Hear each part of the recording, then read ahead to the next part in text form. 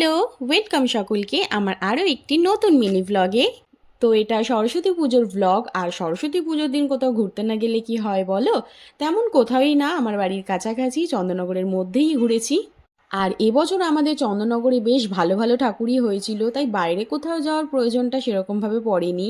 তো আমরা তো বেরিয়েই প্রথমেই বেশ অনেকগুলো ঠাকুর দেখে নিয়েছিলাম পরপরই। আর সেদিন যতগুলো ঠাকুরই দেখেছি আমার তো সবকটা ঠাকুরই খুবই ভালো লেগেছে।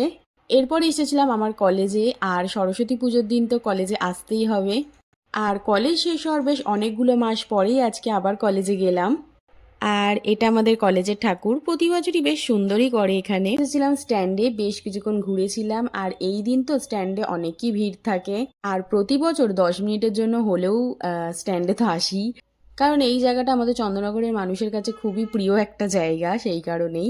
তো এরপরে চলে এলাম খাওয়া দাওয়া করতে, কারণ বিকাল হয়ে গেছিল, খুবই খিদে পেয়ে গেছিল। ভিডিওটা এই অবধি। ভিডিওটা ভালো লাগলে অবশ্যই লাইক করে দিও। বাই।